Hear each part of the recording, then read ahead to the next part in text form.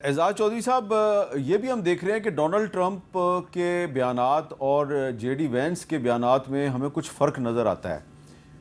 आपको तो इसका पूरा अदराक होगा, आपको तो इसकी पूरी अंडरस्टैंडिंग है, लेकिन मैं अपने व्यूअर्स को ज़रा एक्सप्लेन करने के लिए पहले ज़रा ट्रंप साहब का एक स्टेटमेंट सुना देता हूँ। ज़रा सुनिए जी क्या कह रहे हैं। Iran will not have a nuclear weapon. And we agreed to a lot of things, but they didn't agree to that. And I think they will agree to it. I'm almost sure of it. In fact, I am sure of it. If they don't agree, there's no deal. There'll never be a deal. Iran will not have a nuclear weapon, and we're going to get the dust back.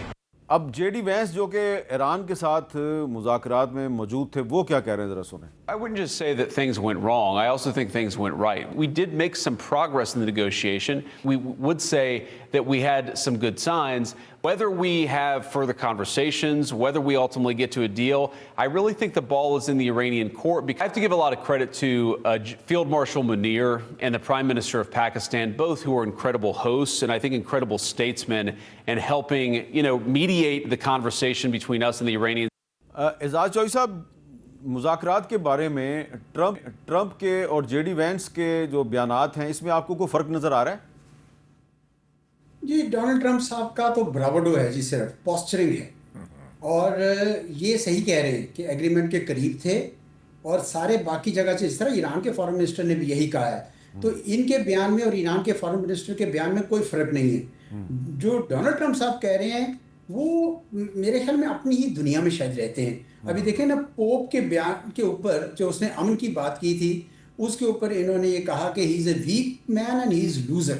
सोचिए ज़रा आप कि इस तरह की बातें करना जो है, उसकी वजह से सारे क्रिश्चियन कम्युनिटी भी उनसे खफा होगी। तो डोनाल्ड ट्रंप साहब ये सिर्फ भड़क लगा रहे हैं, वरना मेरा ख्याल में डोनाल्ड ट्रंप साहब को कहीं ज़्यादा ज़रूरत है इस वक्त अमन की, क्योंकि ये जंग उनके हाथ से निकलती जा रही है, ब्लॉकेड हो नहीं रहा, सियासी कीमत बढ़ती जा रही है और उनकी पार्टी भी अब जो है दबाव डालेगी कि जनाब अगर हम और जंग चलती रही तो हम तो इस हालत में अगर मिड टर्म इलेक्शंस में गए तो फिर तो समझ लें गए।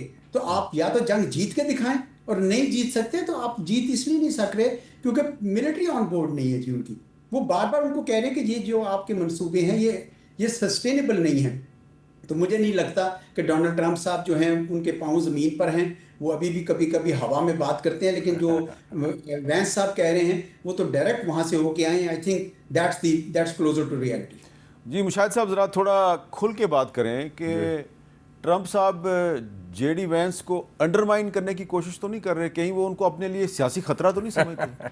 मेरी तो थ्योरी ये है, मुझे पूछा अल जज़ीरा वालों ने कि क्या हुआ, मैंने कहा एग्रीमेंट होने वाली थी, ट्रंप को पता चल गया, उन्होंने कहा यार ये क्रेडिट ये ले जाएगा।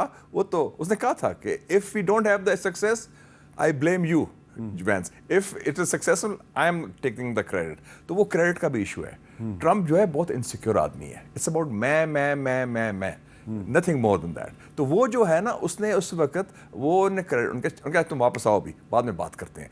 वो चाहेगा कि एग्रीमेंट खुद साइन करे, और मैं बता दूं अगर एग्रीमेंट हो जाए तो ट्रंप खुद इस्लामाबाद आएगा बशर्ते कि प्रेसिडेंट पेज़ेशकियां आए to sign the agreement, the mother of all deals. तो ये तारीखी एग्रीमेंट होगा। अच्छा, इसका मतलब है कि आपका ये ख्याल है कि अगर एग्रीमेंट हो गया तो ट्रंप उसका क्रेडिट जेडी वेंस को नहीं लेने देगा, उस डील पे साइन करने के लिए वो खुद इस्लामाबाद आ जाएगा। और मेरी एक ये भी इतलात है, मैं आपको दे रहा हूँ कि चाइनीज सोर्सेज से मुझे पता चला है कि एक तो चाइनीज उनको कहा था कि 14 मई से पहले आप ख़त्म करें ये मुज़ाकरात और ये जंग, और मुज़ाकरात करके एग्रीमेंट कर लें।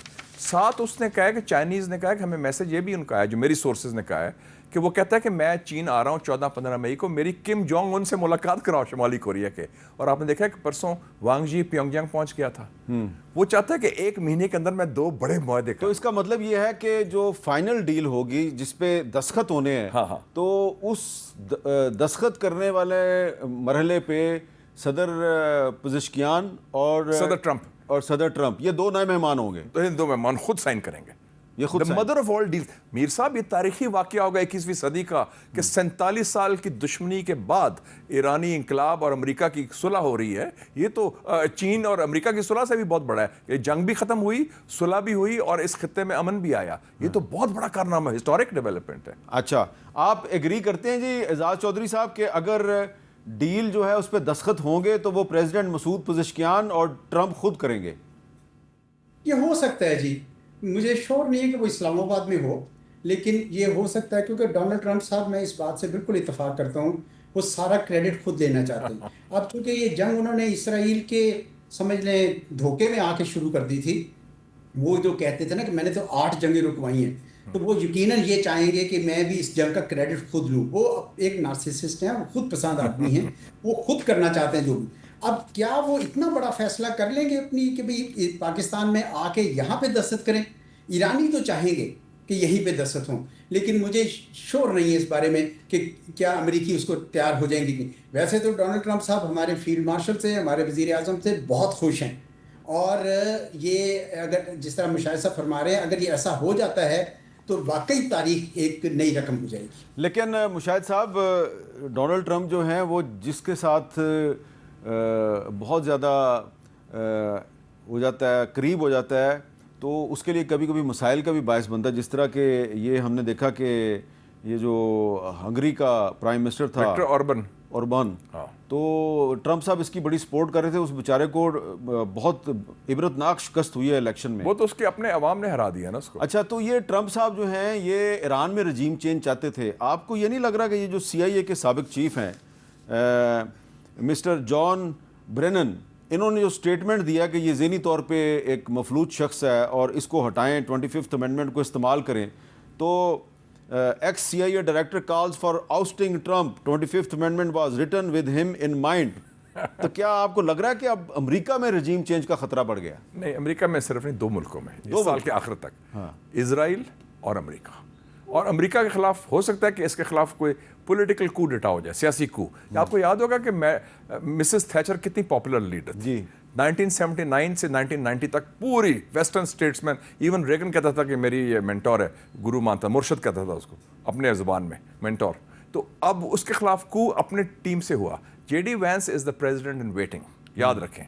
एंड अब इसके बाद he is giving presidential looks also, उसकी चाल और उसकी कॉन्फिडेंस में, और अमन की बात कर रहा है और कह सकता है कि मैंने जंग की मुखालफत की, ये तो मरवा दिया। तो वो इसके अंदर से कू डेटा होगा और वो कहेंगे कि जनाब इससे जान छुड़ाएं, पार्टी वही रहेगी और वाइस प्रेसिडेंट वैंस। आपको खतरा नजर आ रहा है कि ट्रंप के खिलाफ कू डेटा हो जाएगा? पॉलिटिकल कू डेटा, जो सियासी उनकी अपनी पार्टी, वैसे उनके कुछ उनकी पार्टी के सेनेटर्स उसके खिलाफ होंगे। 25वीं अमेंडमेंट, ये ना कोई एक रेड लाइन क्रॉस कर दी, खासकर मैं समझता हूँ ये जरा हमारे व्यूअर्स को जरा समझाएं ये 25वीं अमेंडमेंट है क्या? 25वीं अमेंडमेंट ये है कि अगर अमेरिकी सदर किसी वजह की वजह से, सेहत की वजह से या दिमागी तवाज़ुन ख़त्म हो गया है या और वजह से अपना काम अंजाम नहीं दे सकता, तो फिर उसको हटाया जा सकता है कानून के तहत कांग्रेस में। और वो जो उसने किया ना पोप के खिलाफ, पोप लियो के खिलाफ, पोप जो है वो 1.5 बिलियन कैथलिक्स का लीडर है और बड़ा रिस्पेक्टेड पोप है, पहला अमेरिकन पोप है। और ठीक कहा आज़ाद साहब ने कि ये बहुत एक रेड लाइन क्रॉस की। उसका जिसने मजाक उड़ाया, इसमें दिस इज टोटली अनएक्सेप्टेबल। लोग कह रहे थे पागलपन है, ये क्या हो गया क्या। और फिर एक और उसने बात की, नेक्स्ट डे उसने ट्वीट किया जिसमें अपना जो फोटो लाइक जीसस क्राइस्ट के वो, ठीक है, उससे और खुद ट्रंप ने ट्वीट किया। ये तो ब्लेस्फेमी होगी ना। तो अब वो कहता है कि मुझे ऐसा लग रहा था मैं डॉक्टर हूँ, वो मुझे ऐसा लग रहा था बैकग्राउंड में कोई रेड क्रॉस है। नहीं, तो ये तो फिर ये तो बड़ी एक रेड लाइन आपने क्रॉस कर ली। तो इससे अब ये जो उन्होंने नया मौक़िफ़ इख्तियार किया है, इससे तो वो ये साबित कर रहे हैं कि मैं ज़हनी तौर पे वाकई एक बड़ी मफलूज। तो मेरे ख्याल में इस बुनियाद पर खुफिया तौर पर कू डेटा हो सकता है। उन्होंने कहना है अपना फ्यूचर बचाएं रिपब्लिकन पार्टी का। The king is dead, long live the king. फारग करो और नेक्स्ट डे हो। जी एजाज चौधरी साहब, आपको लग रहा है कि ट्रंप साहब जो हैं वो उनके लिए खतरात बढ़ गए हैं और रजीम चेंज अमेरिका में हो सकता है? जी, अगर तो उन्होंने ये जंग मज़ीद जारी रहती है कुछ देर के लिए भी और ये अपनी हमाकतें जारी रखते हैं तो बिल्कुल हो जाएगा। क्योंकि ना मिलिट्री उनकी तैयार है इसके लिए, ना उनकी इंटेलिजेंस की ये बात सुन रहे हैं, और इनके लिए जो अमेरिकी अवाम हैं वो सख्त तंग हुए हैं कि किस किस्म की जंग है। और पहली बार, जिस तरह मुशाहिद साहब ने कहा, पहली बार इसराइल के बारे में वो बात, मैंने 4 मरतबा मुख्तलिफ पोजीशन में अमेरिका में रहा हूँ, मैंने कभी आज तक इसराइल और यूज के खिलाफ इस तरह की बातें नहीं सुनी थी जो अब हो रही हैं। मेरा ख्याल है डोनाल्ड ट्रंप से उनकी पार्टी काफ़ी तंग है, और अगर और मेरे ख्याल में वो जंग सिर्फ अभी करना भी चाह रही है, इसीलिए समझौता ये उनकी आखिरी एफर्ट है कि मैं किसी तरह उनको क्रेडिट को देखें, मैंने ये जंग भी बंद कर दी, और अगर ये चीन में भी जाके कोई इसी किस्म का कारनामा करते हैं तो शायद ये इनके लिए थोड़ा बहुत चांस हो जाए, और अगर ऐसा नहीं हुआ तो बिल्कुल सही है, इनकी प्रेसिडेंसी दांव पर है। मीर साहब, एक सेइंग भी है ग्रीक मिथोलॉजी की, whom the gods destroy they first make them mad। जिसको तबाह करना होता है ना, पहले उसको पागल करते हैं।